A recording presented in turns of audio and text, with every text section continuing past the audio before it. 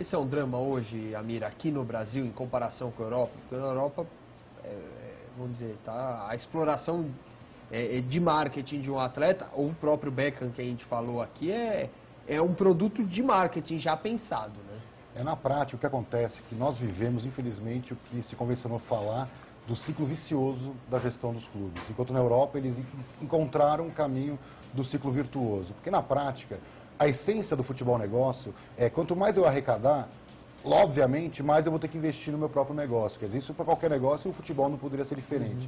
Então os europeus, por exemplo, sabem que ao mesmo tempo que crescem as minhas receitas, na mesma proporção ou até num ritmo superior, vão crescer meus gastos salariais e meus gastos na contratação desses atletas. E aqui no Brasil está acontecendo esse caminho, só que cada vez mais os jogadores, os grandes estrelas, estão indo embora. Então eles estão gastando, na verdade, muito dinheiro para jogadores que não estão dando um retorno fora das quatro linhas. Esse é o maior problema do futebol brasileiro. Além do que o JK comentou, que é uma realidade, dos clubes não implementarem ações de co-marketing, que é o conceito que se criou na Europa, de ações cooperadas entre os patrocinadores, entre os parceiros e o clube, onde o clube também coloca dinheiro para desenvolver essas ações.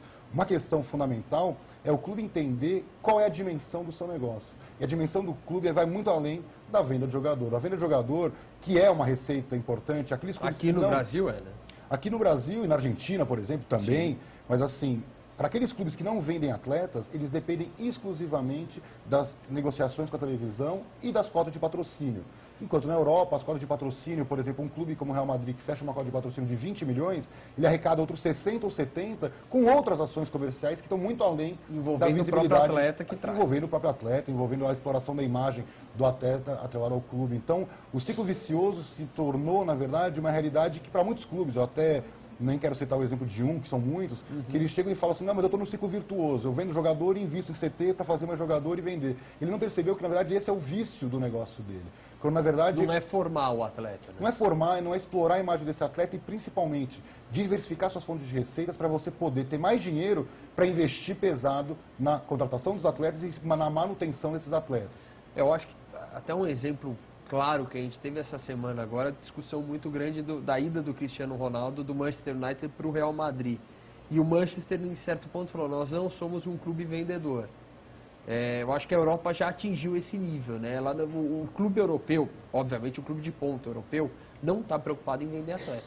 Ele está preocupado com o show. Acho que é bem esse conceito, né, Coco? É o que nós falamos de cuidar do produto, né? Se você vai diminuindo a qualidade do teu produto, você vai oferecer menos espetáculo. E oferecendo menos espetáculo, você vai continuar, como a gente faz aqui, os clubes hoje, eles dependem do jogo em si. Só do jogo, do resultado do jogo. Desempenho em campo. Né? Do desempenho em campo. Então, ganhou, é ótimo. Se perdeu, é uma catástrofe. Né? Não tem alguma coisa, como você pega os clubes ingleses, eles não ganham sempre.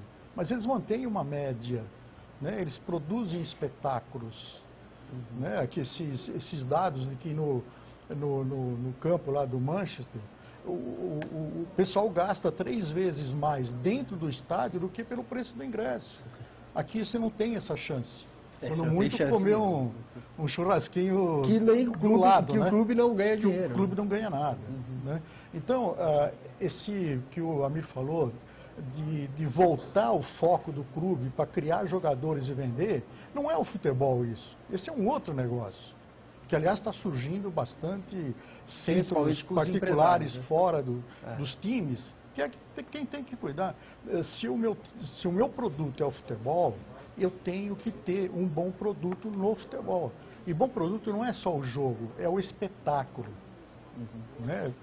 A Copa do Mundo pode servir para catalisar esse processo, com novos estádios que a gente vai ter que ter, os clubes assumindo uma nova necessidade de gestão mesmo. Você acha, Amir? Pelo menos, eu tenho esse pensamento, pelo menos otimista disso. Quer dizer, a expectativa do mercado gira em torno disso. Agora, para isso, eu trago até 2 exemplos recentes que comprovam como o Brasil tem que enxergar uma Copa do Mundo, que é o caso da Coreia e do Japão e o caso da Alemanha. A Alemanha, que é um mercado dos mais importantes, embora a Liga Alemã fature muito menos que a Premier League da Inglaterra, sim, até do que outras ligas como a italiana, mas o futebol alemão é o principal esporte do país e ela soube colher frutos do investimento pesado que foi feito. Pra você ter uma ideia, em pouco tempo, o futebol alemão cresceu principalmente pelo consumo dentro dos estádios criados para a Copa do Mundo.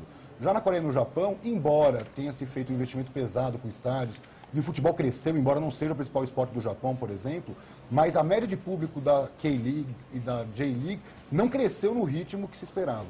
Então, olhando para o Brasil, eu vejo assim, a Copa do Mundo tem tudo para trazer mais investimentos, mas o meu medo é que o pós-Copa transforme, por exemplo, o que aconteceu no Engenhão, o que aconteceu até no estádio do Atlético Paranaense, estádios modernos, estádios novos, que não têm 100% de ocupação nos jogos tradicionais. Quer dizer, não é simplesmente você construir estádios novos que você vai atrair o público. Então, se o mercado de marketing esportivo em torno do futebol se desenvolver, planejamento estratégico, desenvolvimento realmente de ações de relacionamento com o torcedor, para atrair esse público desde sempre e após a Copa do Mundo, sim, o mercado brasileiro pode crescer no ritmo do que aconteceu na Alemanha, porque o futebol aqui é muito forte. Agora ou não, nós podemos ter, pós-Copa do Mundo, estádios lindos, mas obsoletos. Agora é o momento, acho que é investir no produto, né, Coco? Para levar gente, você tem que ter o que mostrar, né? Exatamente. O que eu acho que não são os estádios que vão transformar a mentalidade do dirigente esportivo brasileiro. Dirigente não é de clube, não, de federações, de confederações, né, de governo. O pessoal precisa mudar um pouco a mentalidade para deixar de falar em torcedor, para falar em cliente do futebol. Porque o torcedor é aquele cara que vai brigar no estádio só e briga por ingressos baratos, ingressos incompatíveis com um bom espetáculo ou para manutenção de um bom elenco. Né? Então, eu acho que a gente tem que partir para isso. Porque senão o exemplo do Amir do Engenhão é ótimo, pô. No Rio de Janeiro se fez o PAN, pô, isso aqui vai ser maravilhoso para o esporte brasileiro. E nós estamos vendo que o investimento não gerou, né, ou não consolidou aquela expectativa que se devia ter. Então, o que nós precisamos criar no Brasil para aproveitar esse investimento todo que vai ser feito para a Copa do Mundo é para criar uma mentalidade diferente, né, conceitual, de como gerir, como administrar e como vender o futebol, como fazer do futebol um negócio, uma empresa.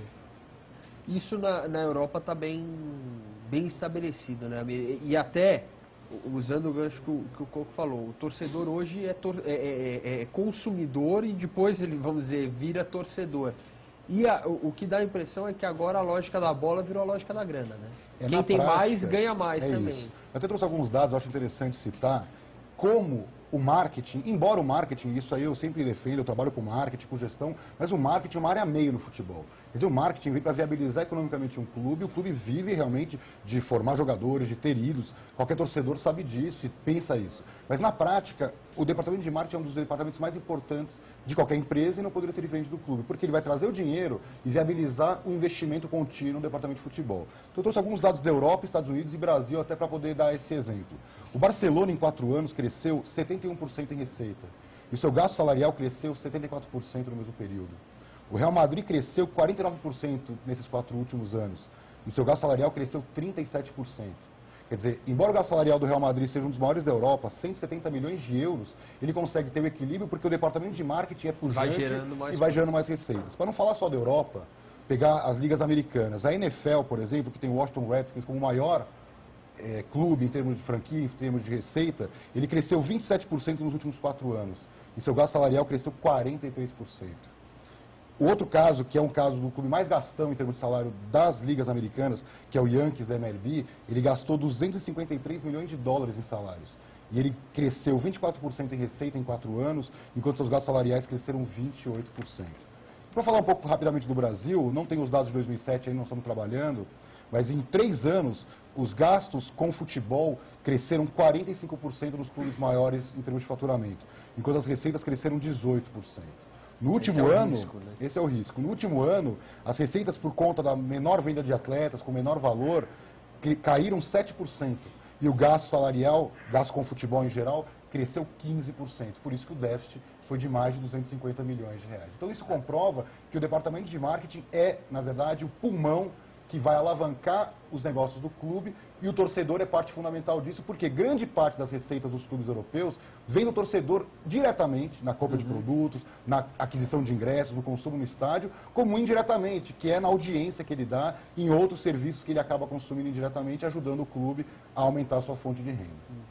Coco, acho que até para a gente finalizar aqui, o que precisaria fazer é implantar o marketing mesmo. Acho que como especialista na área, como uma agência que trabalha com isso, acho que deve dar aflição ali olhar isso e não conseguir nem explorar, né? Porque as agências não conseguem entrar nos clubes. Eu acho que, até utilizando um pouco o espaço, né, como membro da Academia Brasileira de Marketing, o que nós entendemos, o que o marketing entende desde lá de trás, do Peter Drucker e tal, que o marketing ele não pode ser considerado um simples departamento. O marketing é a empresa, ou a empresa é voltada para o marketing ou não é. Porque da maneira que são geridas muitas empresas aqui, principalmente os clubes, o departamento de marketing é um simples arrecadador de verba, de patrocínio. Quando o marketing tem que ser muito mais amplo, quem tem que cuidar do produto é o marketing. Pô. O gerente de produto tem que ser subordinado ao marketing. O presidente tem que ser uma pessoa voltada ao marketing. Se nós pegarmos na indústria outras empresas que não de esportivas ou futebol, a gente vê que a indústria que mais cresce, a empresa que mais cresce, é aquela que o presidente tem a visão de marketing, né? Que é a visão do mercado, que tudo vem do mercado para dentro, né? E não como, de repente, o pessoal faz reuniões com assuntos brilhantes e tudo mais, fala, pô, mas como você vai financiar isso? Ah, o marketing que se vire. Não é bem assim, né? Sem dúvida. Amir, obrigado pela participação. Obrigado. Coco, obrigado pela participação mais uma vez. Bom, o tema não para. A gente poderia ficar aqui 10 horas discutindo, mas infelizmente não dá tempo. Agora a gente vai para um rápido intervalo e volta já.